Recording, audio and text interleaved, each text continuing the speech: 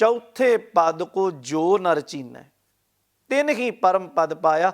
इन्हां तिन्हां गुणां तो अगली मंजिल है चौथा पद। एक अवस्था रह संसार च ही रहा है, जिउंदा वा मनुखा वांग है, प्रशादा पानी छकदा, तन ते वस्त्र पहनदा, आम जिंदगी है, पर अंदर दे जीवन की एक अवस्था है। थोड़ा जिहा इनू विचारीए, ये तीन गुण की ने? जां आपां सुखमनी साहब च पढ़ते हैं, कई कोट राजस तामस सातक, कई कोट वेद पुराण सिमरत अर सास्त। करोड़ा लोग आ गुरु अर्जन देव महाराज कहते जिहड़े रजो तमो ते सतो गुणां दे विच डुबे पे ने। पहला है प्यारे रजो गुणी होना। रजो गुणी का अखरी अर्थ विद्वान पुरखा ने किया दौड़, लोभ की बिरती, सारी जिंदगी चलते रहना, ना दिने चैन है ना रात टिकाए। जिंदगी की इन्नी दौड़ है, उहदे विच ना तो संसारी रिश्तियां लई समय, ते माफ करियो जिहड़े बंदे को संसारी रिश्तियां लई समा नहीं, वो वाहिगुरू परमात्मा लई कित्थों समा कढेगा। जिंदगी दे विच इंज कह लईए, मोटर गड्डी वहीकल ते आपां सारे यूज़ करते हैं, एक साधन की सिर्फ रेस ही होवे, कल्ली ब्रेक होवे ही ना, सिर्फ रेस ही दई जानी, रेस ही दई जानी। की कहोगे किहड़ी मंजिल ते अपड़ेगी? वो अक्सर ब्रेक भी तो चाहिए है ना, रोकपन भी तो चाहिए ना। रजोगुणी का आखरी अर्थ है जी जिंदगी दे विच सिर्फ दौड़ ही दौड़ है, दौड़ ही दौड़ है, किते नहीं रुकिया। थोड़ियां जिहियां उदाहरणां इहनूं सुणियो। धन गुरु नानक साहब ने जदों रजोगुणी की गल कही तो महाराज कहते बिरती पता की है? एक सवान दोए सवानी नाल, भड़के भौंकह सदा बयाल, कूड़ शुरा मुठा मुरदार, धानक रूप रहा करतार। मंगण दी लालसा इन्नी वध जानी, माया मनो ना विसरै मंगै, दम्मा दम सो प्रभ चित ना आवई, नानक नहीं कर्म। कुछ नहीं समझ, सिर्फ जो कुछ दिसदा मेरे कोल आ जाए, इन्नी क दौड़ वध जानी, उन्होंने रजोगुणी आख्या। तो अज संसार नूं वेखीए हाँ, खिमा करना बहुतात पक्ष जिहड़ा वो रजोगुणी लोकां दा है। फिर बेनती है, तुरना माड़ी गल नहीं, दौड़ लाउणी गलत गल नहीं, जिंदगी लई कमाउणा गलत गल नहीं, किरत करनी बड़ी चंगी गल है। पर एक गल नाल समझाई ना कि घाल खाए किश हथों दे, जे कमाउना है तो तेनों वंडण की जाच भी तो होवे ना। किरत करो नाम जपो वंड के छको, जिंदगी नूं महाराज ने बैलेंस विच कीता है, बराबरता विच लिआंदा है। उच्ची जात का अभिमान ये रजोगुणी है, लोभी होना रजोगुणी है, प्रसाद पानी दी प्रसादे दी खाण पीण दी वध तो वध लालसा रखनी, खाई जाना, ढिड भर गया पर नीत नहीं भरी।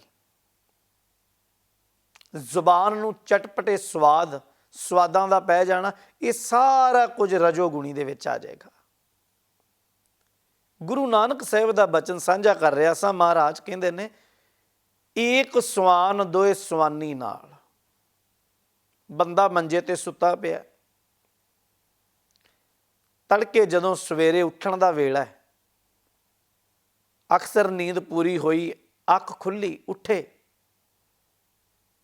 अंदाजा लाओ असी किन्ने क्या जिन्हां दे हथ जुड़ के ये जबान तो बोल निकलदा होवे भी सतगुरु तेरा शुक्र है,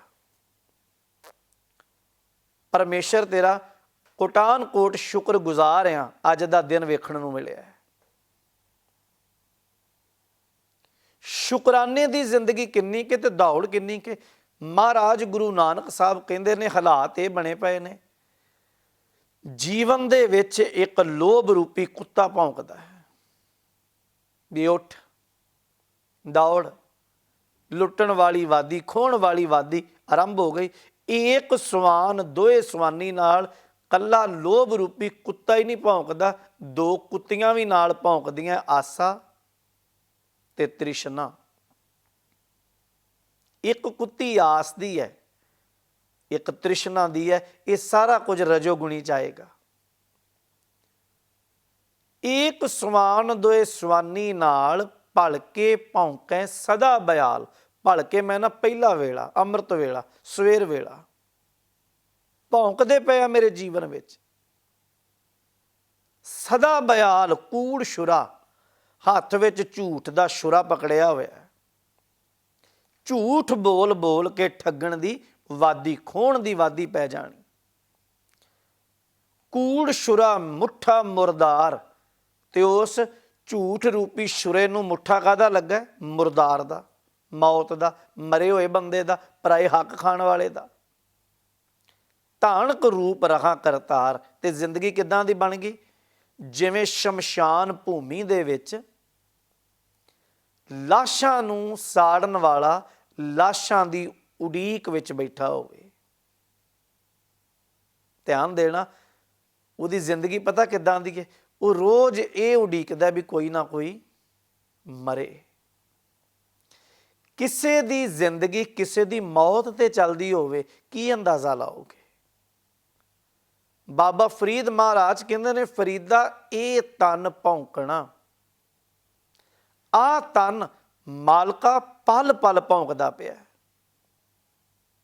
अखां नहीं रजियां, रजोगुणी होया ना। वेखण दी वादी, भाव रेस ते पैर रखी रखना। अखी वेख ना रजियां बहुरंग तमाशे, नक न रज्जा वास लै दुर्गंध सुवासे, सादी जीभ न रजियां कर भोग बिलासे। जिंदगी बचपन तो बुढ़ेपे ते आ गई, पर कोई बंदा हथ खड़िया करके कह दे भी मैं जुबान दे स्वाद तो रज गया हाँ। जे प्यारे वो खाने की समझ आ जाए ना,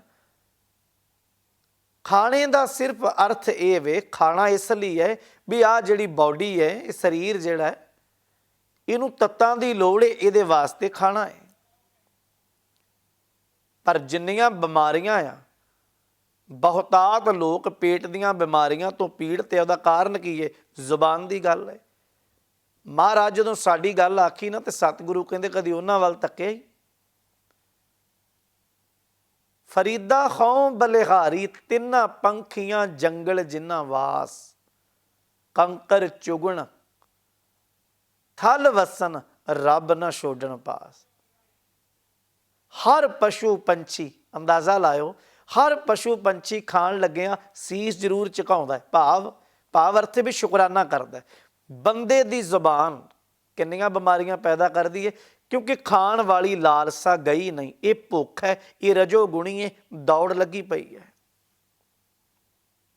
महाराज कहंदे तन रोज भौंकदा पिया, अखां नहीं रजियां दाता, ਕੰਨ नहीं रजे, जुबान नहीं रजी, शरीर भोग विलासां चों नहीं रजिया, कित्थे जाइए?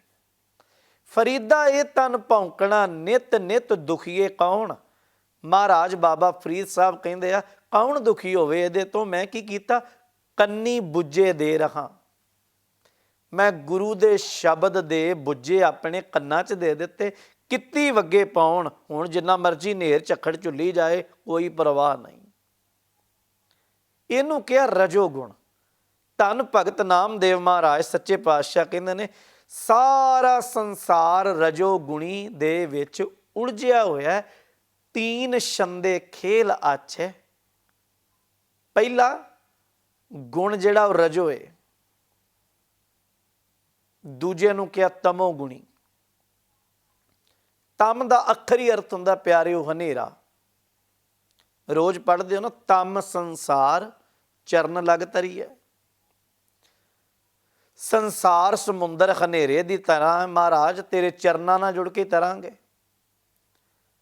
तमोगुणी बंदियां दी सांझ कित्थे वे? हनेरे नूं ज़्यादा प्यार करन वाले। थिएटरां दे विच हनेरा है, मैं खाने शराब खानिਆਂ विच हनेरा है, ਹਨੇਰੇ ਨਾਲ ਸਾਂਝ ਰੱਖਣ ਵਾਲਾ ਤਮੋ ਗੁਣੀ ਹੈ, ਜਿਹਦੀ ਜ਼ਿੰਦਗੀ 'ਚ ਬ੍ਰੇਕ ਲੱਗ ਗਈ। ਰਜੋ ਗੁਣੀ ਰੇਸ ਵਾਲਾ ਹੈ, ਵੀ ਸਿਰਫ ਭੱਜਾ ਹੀ ਗਿਆ, ਰੁਕਿਆ ਹੀ ਕਿਤੇ ਨਹੀਂ, ਖੋਹਣ ਦੀ ਵਾਦੀ, ਲੁੱਟਣ ਦੀ ਵਾਦੀ, ਰੱਜਿਆ ਹੀ ਨਹੀਂ ਜਿਹੜਾ ਬੰਦਾ, ਉਹ ਰਜੋ ਗੁਣੀ ਹੈ। ਤਮੋ ਗੁਣੀ ਹੈ ਜਿਹੜੇ ਬੰਦੇ ਦੀ ਬ੍ਰੇਕ ਲੱਗ ਗਈ, ਨਹਾਉਣਾ ਹੀ ਨਾ, ਕੱਪੜੇ ਨਾ ਬਦਲਣੇ, ਮੈਲੇ ਕੁਚੈਲੇ ਰਹਿਣਾ, ਮੈਲਾ ਭੋਜਨ ਖਾਣ ਵਾਲਾ। ਹੋਰ ਸੌਖਾ ਸਮਝ ਲਈਏ, ਜਿਹੜਾ ਹਨੇਰਾ ਹੈ ਪਿਆਰਿਓ, ਉਹ ਅਗਿਆਨਤਾ ਦੀ ਨਿਸ਼ਾਨੀ ਹੈ। ਠੋਕਰ ਚਾਨਣ 'ਚ ਨਹੀਂ ਲੱਗਦੀ ਹੁੰਦੀ, ਠੋਕਰ ਹਨੇਰੇ 'ਚ ਲੱਗਦੀ ਹੈ। ਹਨੇਰੇ 'ਚ ਪਤਾ ਹੀ ਨਹੀਂ ਲੱਗਦਾ ਵੀ ਕਿੱਥੇ ਟੋਆ ਹੈ, ਕਿੱਥੇ ਕੀ ਹੈ, ਨਹੀਂ ਸਮਝ ਆਉਂਦੀ। ਬਿਲਕੁਲ ਇਸੇ ਤਰ੍ਹਾਂ ਹਨੇਰੇ ਨਾਲ ਪ੍ਰੇਮ ਕਰਨ ਵਾਲੇ ਲੋਕ, ਹਨੇਰੇ ਨਾਲ ਜੁੜ ਜਾਣੇ ਵਾਲੇ ਲੋਕ, ਨਸ਼ਿਆਂ ਦੇ ਵਿੱਚ ਜਿਨ੍ਹਾਂ ਰੋਕੇ ਆਪਣੀ ਜ਼ਿੰਦਗੀ ਨੂੰ ਇੱਕ ਥਾਂ ਤੇ ਸਿਰਫ ਰੋਕ ਲਿਆ, ਤੁਰੇ ਹੀ ਨਹੀਂ, ਇੱਕ ਥਾਂ ਖੜੇ ਹੋ ਗਏ। ਇਹ ਅਗਿਆਨਤਾ ਦੀ ਜ਼ਿੰਦਗੀ, ਇਹਨਾਂ ਨੂੰ ਤਮੋ ਗੁਣੀ ਕਿਹਾ। ਗੁਰੂ ਅਰਜਨ ਦੇਵ ਪਾਤਸ਼ਾਹ ਨੂੰ ਸਿੱਖ ਸੰਗਤਾਂ ਨੇ ਸਵਾਲ ਕੀਤਾ, ਗੁਰਪ੍ਰਤਾਪ ਸੂਰਜ ਗ੍ਰੰਥ ਦੀ ਸਾਖੀ ਹੈ। ਗੁਰੂ ਅਰਜਨ ਦੇਵ ਮਹਾਰਾਜ ਨੂੰ ਸਿੱਖ ਕਹਿੰਦੇ ਨੇ, ਸੱਚੇ ਪਾਤਸ਼ਾਹ ਕਿਰਪਾ ਕਰਕੇ ਇਹ ਗੱਲ ਸਮਝਾਓ, ਰਜਗੁਣ, ਤਮ ਗੁਣ ਤੇ ਸਤਗੁਣ ਕੀ ਹੈ, ਔਰ ਇੰਨੇ ਸੌਖੇ ਤਰੀਕੇ ਨਾਲ ਸਮਝਾਇਓ ਵੀ ਸਾਡੀ ਸਮਝ ਪੈ ਜਾਏ ਗੱਲ। ਹਜ਼ੂਰ ਕਹਿੰਦੇ ਨੇ, ਪੁੱਤਰੋ ਤੁਸੀਂ ਸਾਰੇ ਸੰਗਤ 'ਚ ਬੈਠੇ ਹੋ, ਕੀਰਤਨ ਦੀਆਂ ਇਲਾਹੀ ਧੁਨਾਂ ਚੱਲਦੀਆਂ ਪਈਆਂ, ਸ਼ਬਦ ਕੀਰਤਨ ਹੋ ਰਿਹਾ, ਬਾਬਾ ਸੱਤਾ ਜੀ ਔਰ ਬਾਬਾ ਬਲਵੰਡ ਸਾਹਿਬ ਕੀਰਤਨ ਕਰਦੇ ਪਏ ਹੈ। ਮਹਾਰਾਜ ਕਹਿੰਦੇ ਨੇ, ਕੀਰਤਨ ਨੂੰ ਸੁਣਿਆ ਤੇ ਸਾਰਿਆਂ ਨੇ। ਤਮੋ ਗੁਣੀ ਉਹ ਹੈ ਜਿਹਨੂੰ ਇੱਕ ਵੀ ਅੱਖਰ ਦੀ ਸਮਝ ਨਹੀਂ ਆਈ। ਤਮੋ ਗੁਣੀ ਬੰਦਾ ਜਿਹਦੀ ਜ਼ਿੰਦਗੀ ਰੁਕ ਗਈ। ਧਿਆਨ ਦੇਣਾ, ਨਿੰਦਿਆ ਕੌਣ ਕਰਦਾ ਭਲਾ? ਈਰਖਾ ਦੁਐਸ਼ ਕਰਨੀ ਕੀ ਹੈ? ਇਹ ਤਮੋ ਗੁਣੀ ਹੈ, ਹਨੇਰੇ ਦਾ ਪੱਖ ਹੈ। ਇੱਕ ਥਾਂ ਤੇ ਰੁਕ ਗਈ ਜ਼ਿੰਦਗੀ, ਜਿਹਨੂੰ ਅਜੇ ਤੱਕ ਇਹ ਹੀ ਨਹੀਂ ਸਮਝ ਵੀ ਨਿੰਦਿਆ, ਚੁਗਲੀ, ਈਰਖਾ ਦੁਐਸ਼ ਚੋਂ ਕੀ ਮਿਲੇਗਾ। ਬਸ ਆਦਤ ਬਣ ਗਈ ਮੈਲ ਢੋਣ ਦੀ। ਔਰ ਜਿਹੜੇ ਬੰਦੇ ਤਮੋ ਗੁਣੀ ਹੈ ਨਾ, ਸੱਚ ਜਾਣਿਓ, ਉਹਨਾਂ ਨੂੰ ਸੱਚ ਦੀ ਸਮਝ ਨਹੀਂ ਆ ਸਕਦੀ ਕਦੇ ਵੀ।